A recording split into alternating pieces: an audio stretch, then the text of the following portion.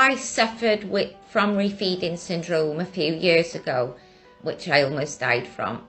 And it was given to me by my adult eating disorder team, taking it upon themselves to introduce me. Yeah, they gave me this food plan. I remember the dietitian, and my mum said, "Is there no calorie counted?" No, we're not counting calories. That was the first red flag. And I remember the dietitian just getting this sort of piece of A4 paper and just putting it on a lap and just scribbling a few things out. But I followed the plan religiously. I stopped purging. My mum was so proud of me. Wasn't having any medical supervision, no monitoring of my bloods that I didn't even know at the time I should have been having. And I just kept on with this meal plan. Second week I went back. My dietitian decided to up my food straight away, which, me and my mum were quite shocked about. But, we trusted them, thought, you know what you're doing. So then a couple of days into this second bigger food plan, I started feeling ill, really, really ill. And I remember pain, really bad in my stomach. And it was just like somebody just gripping you. I felt so unwell, and I felt literally as though I was going to die. That's how I started feeling.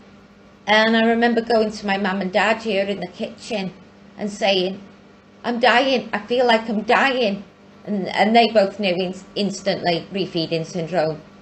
And, they both said, "Right, go back to your smaller menu, We'll try and get you an appointment with the team."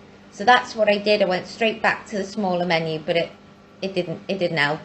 Went back to see them, and I remember my dietitian immediately panicked and said, "Go back to the smaller menu, And we said, "Well, I have. Just then sent me on my way again. Then the weeks carried on, and I was losing weight. The edema in my legs was just rising and rising.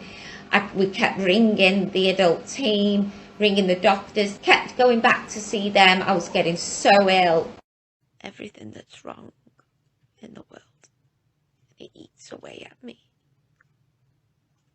And I want to live, but I need the help and the tools. 2 years ago, I got some help from the mental health team here in North Wales. They're renowned. I've dealt with them before and they've never helped.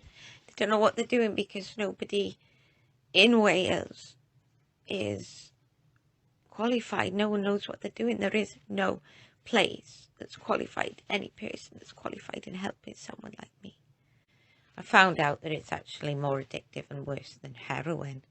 Some people on here seem surprised and confused that I'm not getting the care that I need from the NHS.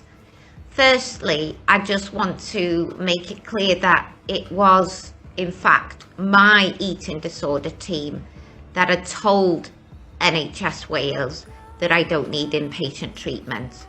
And that's why the NHS said no to the life-saving funding for life-saving treatment that will save my life.